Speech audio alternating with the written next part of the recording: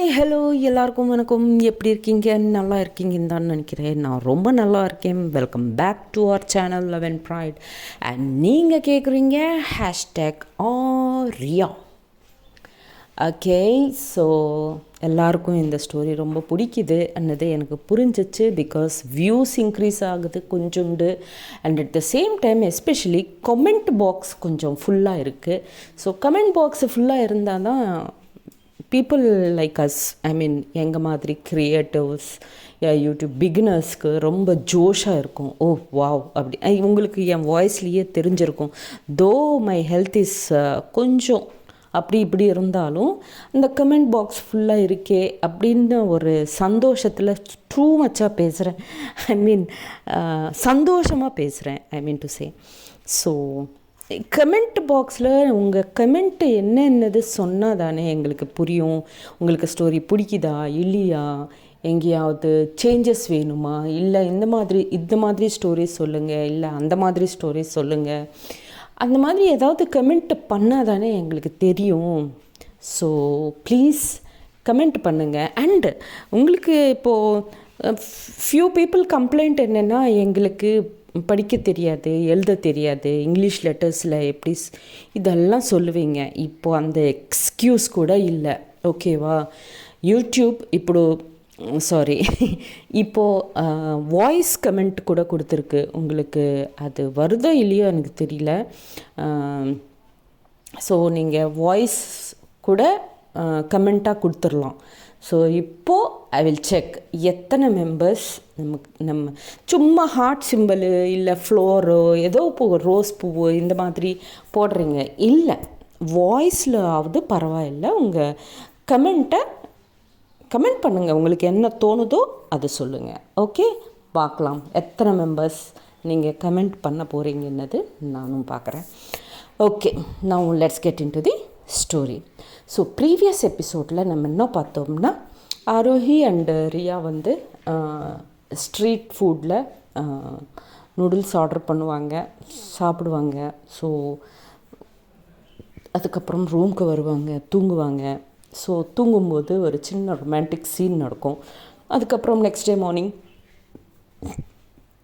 Event 10:30 start ஆகிரும். ஷார்ப்பாக நீங்கள் பிரேக்ஃபாஸ்ட் சாப்பிட்டு வந்துடணும் அப்படின்ட்டு மேனேஜ்மெண்ட் டீமில் இருந்து ஒருத்தர் வந்து சொல்லுவாங்க. அதுக்கப்புறம் எல்லோரும் ரெடி ஆகிட்டு கீழே பிரேக்ஃபாஸ்ட்டுக்காக போவாங்க. ரியா கொஞ்சம் லேட்டாக வருவாங்க. ஆரோஹிக்காக ரெடி ஆகிட்டு ஒரு sari, farad green colour, silver border. I hope farad green colour silver border combination நல்லா இருக்கா? எனக்கு என்னமோ மைண்டுக்கு வந்தது, அதை நான் அப்படியே சொல்லிட்டேன். ஸோ பிடிச்சிருக்குன்னு நினைக்கிறேன் அந்த சாரீ எல்லாருக்கும். ரைட்?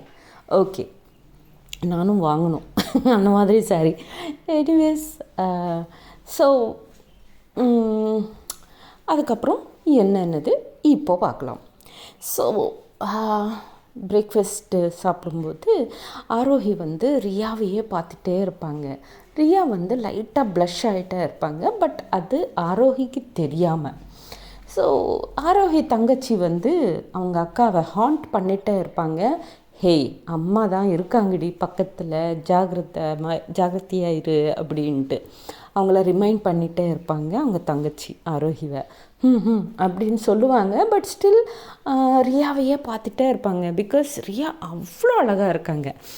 ஸோ அதுக்கப்புறம் 10:15 அப்படி ஆயிரும். 10:15 ஆனதும் எல்லோரும் கான்ஃபரன்ஸ் ஹால்குள்ளே போயிடுவாங்க. கான்ஃபரன்ஸ் ஹால்குள்ளே போயிட்டு எல்லோரும் அங்கே, ஐ மீன் கான்ஃபரன்ஸ் ஹாலில் அது ஒரு கன்வென்ஷன் ஹால். சாரி ஒரு கன்வென்ஷன் ஹால். ஸோ கன்வென்ஷன் ஹால்குள்ளே எல்லோரும் டிஃப்ரெண்ட் டேபிள்ஸ் இருக்கும். ஸோ இவங்க எல்லோரும் ஒரு பெரிய டேபிளாக பார்த்து எல்லோரும் அந்த டேபிள் மேலே ஒரு ஃபேமிலியாக உட்காருவாங்க along with Riya. So programme start ஆயிரும். எல்லோரும் ஸ்பீச்சஸ் கொடுத்துட்டே இருப்பாங்க. வந்த சீஃப் கெஸ்ட் எல்லாம் அதெல்லாம் முடிச்சதுக்கப்புறம் அவார்ட் டிஸ்ட்ரிபியூஷன் போயிட்டே இருக்கும். ஒன்றா கொடுத்துட்டே இருப்பாங்க. ஸோ ஃபைனலி நம்ம ஆரோஹியோட நேம் கூட வந்துடும். Young dynamic lady, the Arohi, the winner of Business Icon Award, please come on to the days அப்படின்னு கூப்பிடுவாங்க. கூப்பிட்டதும் அவங்க அங்கே ஸ்லோவாக she will start walking on to the days. So போனதுக்கப்புறம் இவங்க அம்மா தங்கச்சி தம்பி ரியா ஓவராக எக்ஸைட் ஆகிட்டு கிளாப்ஸ் பண்ணிகிட்டே இருப்பாங்க. ஸோ ஸ்லோவாக எல்லாருக்கும் ஸ்மைல் கொடுத்துட்டு அவங்களும் டேஸ் மேலுக்கு போவாங்க. டேஸ்ன்னு புரியுதில்ல, ஸ்டேஜ், ஒரு சின்னதாக ஒரு ஸ்டேஜ் இருக்கும் இல்லையா, அங்கே போனதுக்கப்புறம் அங்கே இருக்கிற அந்த host before we present the award, we would like Arohi to please to say her success story அப்படின்னு சொல்லுவாங்க. அப்படின்னா என்னென்னா, நாங்கள் இந்த அவார்டு கொடுக்கறதுக்கு முன்னாடி உங்கள் சக்ஸஸ் ஸ்டோரி, நீங்கள் எப்படி இவ்வளோ பெரிய அவார்ட் வின்னு பண்ணுறதுக்கு எவ்வளோ கஷ்டப்பட்டீங்க என்னன்னது எங்களுக்கு எல்லாருக்கும் தெரிஞ்சுக்கணுன்னு ஒரு ஆசை. ஸோ நீங்கள் அதை சொல்லணும் அப்படின்ட்டு அந்த ஹோஸ்ட்டு கேட்பாங்க. கேட்டதும் அவங்களுக்கு மைக் கொடுத்துட்டு அவங்க கீழே இறங்கிடுவாங்க. அப்போது அந்த மைக் எடுத்துகிட்டு ஆரோஹி ஒரு தடவை அவங்க அம்மாவை பார்த்து அவங்க அம்மா அக்கா எல்லாம் அவங்க ஃபேமிலி ரியா எல்லாரையும் பார்த்து ஒரு ஸ்ட்ராங் ப்ரீத், மூச்சை அப்படின்ட்டு ஒரு ப்ரீத் எடுத்துகிட்டு அப்போது ஸ்டார்ட் பண்ணுவாங்க.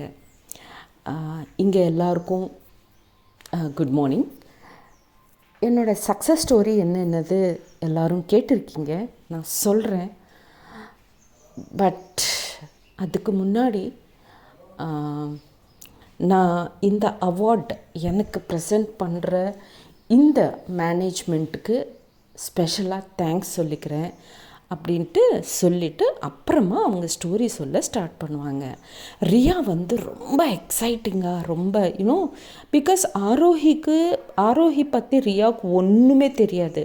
ஜஸ்ட் அவங்களுக்கு என்ன தெரியும், ஒரு கம்பெனிக்கு சிஇஓ, அவங்க அம்மானா அவங்க உயிர் கொடுத்துருவாங்க, ஃபேமிலிக்காக எது வேணாலும் பண்ணுவாங்க, இது மட்டும்தான் தெரியும். அண்ட் ரியாவுக்கு ஒரு அசம்ஷன் என்னென்னா, அப்படின்னா அசம்ஷன்னா என்னன்னு சொல்லுவோம், ஒரு மித்து. மித்துன்னா கூட மீனிங் தெரியலையே தமிழோ, ஐயோ சரி, நான் அது புரியிற மாதிரி தான் சொல்கிறேன். ஓகே, ரியாவுக்கு என்னென்னா, ஆரோஹி அவங்க ரொம்ப பணக்காரி. ஓகே, அவங்க சின்ன வயசில் இருந்தே அவங்க ரொம்ப பணக்காரியாக பிறந்துட்டாங்க. ஸோ அவங்களுக்கு மணி வேல்யூ தெரியாது. இந்த மாதிரி ஒரு அசம்ஷன், அந்த மாதிரி ஒரு யோசனை, கரெக்டாக ஐ டோன்ட் நோ, அந்த மாதிரி ஒரு தாட்டில் இருப்பாங்க ரியா இப்போ வரைக்கும்.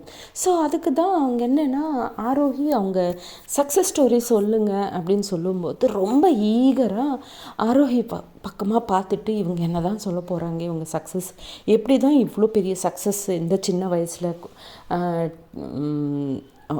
இவ்வளோ பெரிய அவார்டு வின் ஆயிருக்காங்க அப்படின்னு கேட்கலான்ட்டு ரொம்ப சின்சியராக அவங்க பக்கமாக பார்த்துட்டு அவங்க என்ன சொல்லுவாங்களா அப்படின்ட்டு பார்த்துட்டே இருப்பாங்க.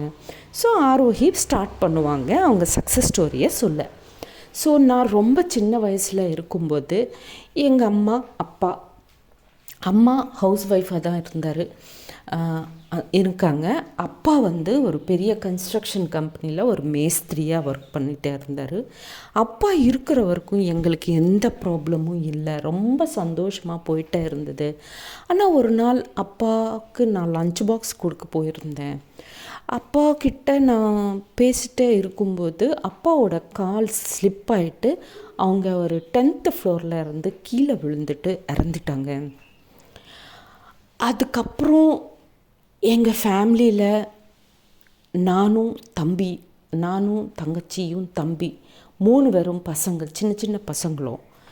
ஸோ அம்மா தனியாக இப்போ வரைக்கும் ஹவுஸ் ஒய்ஃபாக இருந்தாங்க. அவங்களுக்கு என்ன பண்ணணுன்னே தெரியாது.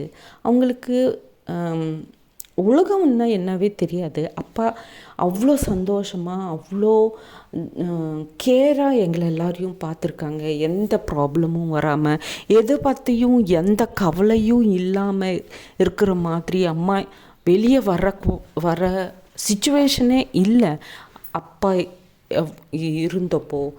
ஸோ அம்மாவுக்கு வெளியே வந்து என்ன வேலை பண்ணணுன்னு தெரியல. ஸோ அதுக்கப்புறம் அம்மா எல்லார் வீட்லேயும் அவங்க வீட்டில் வேலை பண்ண ஸ்டார்ட் பண்ணாங்க. லைக் வீடை க்ளீன் பண்ணுறது, பெருக்கிறது, இந்த மாதிரி. ஸோ ஒரு மெய்டு மாதிரி ஒர்க் பண்ண ஸ்டார்ட் பண்ணாங்க. ஸோ அதுக்கப்புறம் பசங்களை தங்கச்சியை தம்பியை நான் தான் படிச்சுட்டே அவங்கள வளர்த்துனேன். அப்பப்போ ஏதாவது அம்மாவுக்கு சின்ன சின்ன ஹெல்ப் ஏதாவது வந்துச்சுன்னா நானும் போய் வேலை பார்த்துருக்கேன் அம்மா கூட. பட் அம்மாவுக்கு அது பிடிக்கல அப்போது. இதெல்லாம் சொல்லிகிட்டே இருக்கும்போது ஈஸ்வரி, தங்கச்சி, தம்பி இவங்கெல்லாம் அழுதுகிட்டே இருப்பாங்க. ஸோ ரியா கூட தெரியாமலே அவங்க கண்ணில் கூட தண்ணி வந்துகிட்டே இருக்கும்.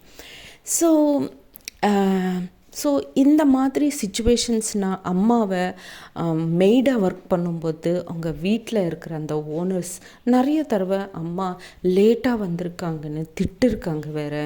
பிகாஸ் தம்பி ரொம்ப சின்ன பையன். ஸோ அம்மாவை விட்டுட்டு தம்பி இருக்கவே மாட்டான், அழுதுகிட்டே இருப்பான்.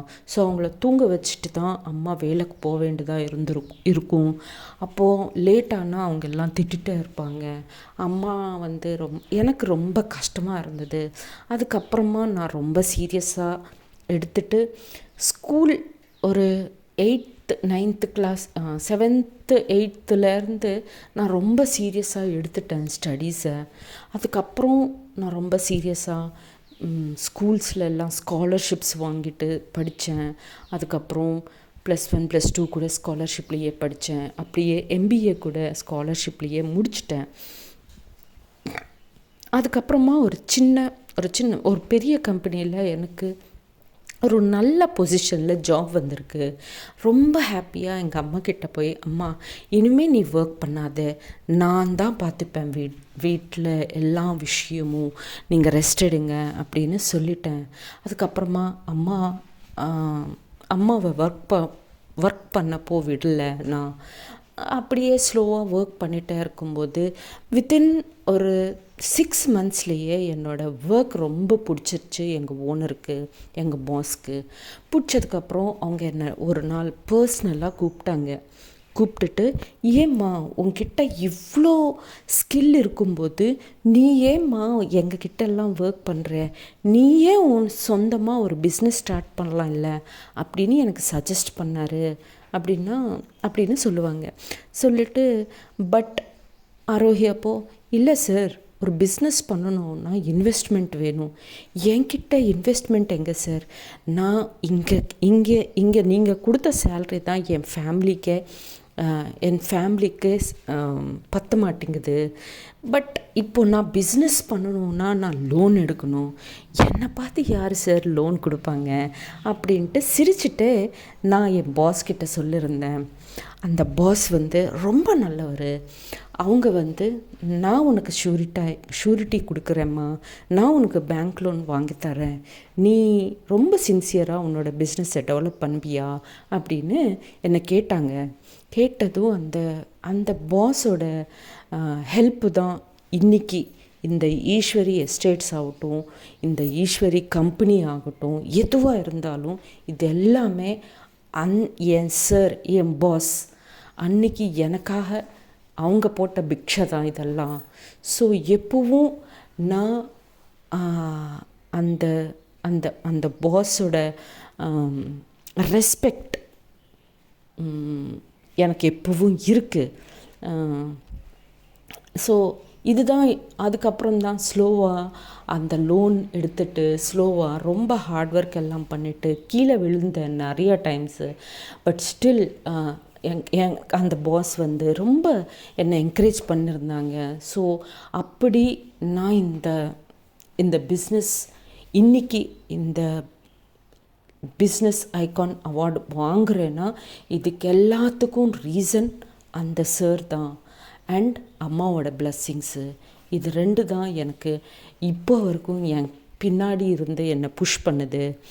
ஸோ இன்றைக்கி நான் இந்த பொசிஷனில் இருக்கேன்னா இவங்க 2 பேர் தான் ரீசன் அப்படின்ட்டு அவங்க ஸ்டோரி சொல்லுவாங்க. அப்போது ரியா புரிஞ்சுக்கிட்டு, ஓ அதுக்கு தான் இவங்க இவ்வளோ அவங்க அம்மா மேலே பாசமாக இருப்பாங்களா, அதுக்கு தான் எப்போவும் சீரியஸாக இருந்தாங்களா அவங்க லைஃப்பில், ஓகே அப்படின்ட்டு ஆரோஹிவை இப்போ புரிஞ்சுப்பாங்க ரியா கம்ப்ளீட்டாக. ஸோ அதுக்கப்புறம் அவார்டு வாங்கிறதுக்கு அவங்க ஒரு ரிக்வெஸ்ட் ப்ளேஸ் பண்ணுவாங்க அங்கே மேனேஜ்மெண்ட் கிட்ட. உங்களுக்கு யாருக்கும் எந்த ப்ராப்ளமும் இல்லைன்னா என் ஃபேமிலியை இங்கே டயஸ் மீதுக்கு கூப்பிடலாமா, நான் அவார்டு வாங்கும்போது என் பக்கத்தில் என் ஃபேமிலி ஃபுல்லாக இருக்கணும் அப்படின்னு ரிக்வெஸ்ட் பண்ணுவாங்க ஆரோஹி. பண்ணதும் ஷியோர்மா வை நாட், வர சொல்லுங்கள் அப்படின்னு அங்கே இருக்கிற சீஃப் கெஸ்ட்டை சொல்லுவாங்க. சொன்னதும் அம்மா எல்லோரும் வாங்க அப்படின்ட்டு ஆரோஹி கூப்பிடுவாங்க. சரின்னு ஈஸ்வரி, தங்கச்சி, தம்பி எழுந்திரிச்சிட்டு போயிட்டே இருப்பாங்க. ரியா அங்கேயே உட்காந்துட்டே இருப்பாங்க. அப்போது ஆரோஹியோட தங்கச்சி, என்ன ரியா நீ வரமாட்டியா அப்படின்னதும், இல்லை நீங்கள் ஃபேமிலியாக போங்க, ஒன்றும் ப்ராப்ளம் இல்லை, நான் இங்கேயே உட்கார்றேன் அப்படின்னதும், ஹலோ நீங்களும் எங்கள் ஃபேமிலி தான் ஓகேவா, வாங்க போகலாம் அப்படின்ட்டு அவங்க கையை பிடிச்சிட்டு இழுத்துட்டு போவாங்க ரியாவை, அவங்க ஆரோஹியோட தங்கச்சி. ஸோ போயிட்டு அந்த அவார்டு எல்லார் கையாலையும் ஆரோஹி எடுப்பாங்க. எழுத்ததுக்கப்புறம் ஒரு மெடல் கூட கொடுப்பாங்க இல்லையா, அந்த மெடலு அவங்க அம்மா கை மேலேயா வாங்கணுன்னது ஆரோஹியோட ஆசை. ஸோ அது கூட கேட்பாங்க. ஸோ அவங்களும் ஓகேம்மா நோ ப்ராப்ளம் அப்படின்ட்டு அந்த மெடல் அவங்க அம்மா கை கொடுப்பாங்க. அவங்க அம்மா ஆரோஹி காலத்தில் போடுவாங்க. ஸோ அதெல்லாமே கேமராவில் கேப்சர் ஆகிட்டே இருக்கும். ஸோ எல்லோரும் ஹாப்பியாக ஃபோட்டோஸ் எல்லாம் எடுப்பாங்க. இதெல்லாம் முடியறதுக்கு, இந்த ஈவெண்ட் ஃபுல்லாக முடியறதுக்குள்ளே 2:30 ஆயிரும். ஸோ லன்ச் பிரேக் கொடுப்பாங்க. ஸோ லன்ச் சாப்பிட்டுட்டு ஒரு 2 hours ரெஸ்ட் மேனேஜ்மெண்ட் சைடில் இருந்து ஒரு நோட்டிஃபிகேஷன். 2:30 ஆச்சு, இட்ஸ் லன்ச் டைம், எல்லோரும் லன்ச்சு எடுத்துகிட்டு உங்கள் ரூம்ஸ்க்கு போயிட்டு ஈவினிங் 5 வரைக்கும் ரெஸ்ட் எடுத்துகிட்டு 5:30க்குள்ளே மறுபடியும் இங்கேயே கேதர் ஆயிருங்க. ஈவினிங்கு நம்ம எல்லோரும் என்ஜாய் பண்ணுறதுக்கு இங்கே ஒரு பெரிய மியூசிக்கல் ஈவெண்ட் இருக்கும், ஃபாலோட் வித் டின்னர் அப்படின்னு சொல்லுவாங்க. சொன்னதும் ஓ சரி அப்படின்ட்டு ஹாப்பியாக எல்லோரும் லன்ச்சு சாப்பிட்டுட்டு அவங்கவுங்க ரூமுக்கு போவாங்க. போனதுக்கப்புறம் ரியா ஓகே இந்த சாரீ மார்னிங் இப்போவோ போட்டேன்ப்பா, 2:30 ஆல்ரெடி லன்ச் அதெல்லாம் சாப்பிட்றதுக்குள்ளே 3:15 ஆச்சு அவங்க ரூம் வரத்துக்கு. சரி ட்ரெஸ் மாற்றிக்கலாம் அப்படின்ட்டு பெட்டு பக்கமாக நின்றுட்டு இயர்ரிங்ஸு ரிமூவ் பண்ணிகிட்டே இருப்பாங்க ரியா. ஆரோஹி பின்னாடியில் இருந்து ரியாவை அவங்க ரியாவை பார்த்ததும் என்னென்னமோ அவங்களுக்கு நிறையா எமோஷன்ஸ் வந்துகிட்டே இருக்குது. கொஞ்சம் ஹக் பண்ணணும், அவங்கள கட்டி பிடிச்சிட்டு ஐ லவ் யூன்னு சொல்லணும், இதுதான் சான்ஸ் அப்படின்னு தோணும். சரின்னு ரொம்ப க்ளோஸாக வருவாங்க, ஏதோ சொல்லணுன்னு பேக் சைடில் இருந்து இப்படி கை 2 சைட்லேயும் அவங்க கை கொண்டு வருவாங்க. பட் அவங்களுக்கு ஒரு சின்ன பயம், நான் ப்ரப்போஸ் பண்ணால் இந்த ஃப்ரெண்ட்ஷிப் கூட இருக்குமோ இருக்காதோ அப்படின்ட்டு மறுபடியும் ஒரு ஸ்டெப் பேக் போடுவாங்க. பேக் போட்டுட்டு போயிட்டே இருக்கும்போது ஆரோஹியோட வாட்சுக்கு நம்ம ரியாவோட பல்லு ஸ்டக் ஆயிரும், ஹுக் ஆயிரும். ஆனதும் பட் ஆரோஹிக்கு அது தெரியாது, ரியாவுக்கும் அது தெரியாது. ஆக்சுவலாக ஆரோஹி அவங்கள ஹக் பண்ணணும்னு வருவாங்க, பட் அது அவங்களால முடியல. அது ரியாவுக்கு தெரியுது ஆரோஹி என் பின்னாடி தான் இருக்காங்க அப்படின்ட்டு. அவங்க ஃபேஸில் ஒரு சின்ன ஸ்மைல் கூட இருக்கும், இப்போ அவங்க கண்டிப்பாக என்னை கட்டுப்பிடிச்சிருவாங்க அப்படின்ட்டு. பட் ஆரோஹிக்கு அந்த தைரியம் இல்லை. ஸோ அதுக்கு தான் அவங்க வேலைக்கு போயிட்டே இருக்கும்போது அந்த சாரியோட பல்லு ஆரோஹியோட வாட்சுக்கு ஹுக் ஆயிரும். அது அவங்க பார்க்காம நடந்துகிட்டே இருப்பாங்களா, ஸோ சாரியோட பல்லு கொஞ்சம் ஸ்லிப் ஆகிற மாதிரி ஆனதும் ஆரோஹி அப்படின்ட்டு ரியா ஆரோஹியை கூப்பிடுவாங்க, அவங்க பல்லுவை ஹோல்ட் பண்ணிவிட்டு. ரியா சொன்னதும் என்ன இவங்க என்ன கூப்பிடுறாங்கன்னு ஏதோ சந்தோஷத்தில் திரும்புவாங்க. ஃபஸ்ட்டு திரும்பிட்டு என்ன அப்படின்னதும், ஹே என் பல்லுப்பா அப்படின்னதும், ஓ ஐம் ரியலி வெரி சாரின்னு ஆரோஹி ஃபேஸில் ஒரு டென்ஷன். பிகாஸ் ஆரோஹி என்ன நினச்சிட்டே இருப்பாங்கன்னா, ரியா என்ன தப்பாக நினச்சிட்டாங்களோ, இந்த சாரியோட பல்லு நான் தான் புல் பண்ணேன்னு நினச்சிட்டாங்களோ அப்படின்னு ஒரு டென்ஷனில், ஐயோ ஐம் சாரி நிஜமாலும் எனக்கு தெரியல அப்படின்னதும் ரியா ஒரு ஸ்மைல் கொடுத்துட்டு, இட்ஸ் ஓகே யார், தெரியும் எனக்கு, ஓகே டென்ஷன் ஆகாத அப்படின்ட்டு சொல்லிகிட்டே இருப்பாங்க. ஸோ வாட் நெக்ஸ்ட் என்னது நெக்ஸ்ட் எபிசோடில் பார்க்கலாம். அப்போ வரைக்கும் tata bye bye, see you, Jai Hind, Jai Sriram.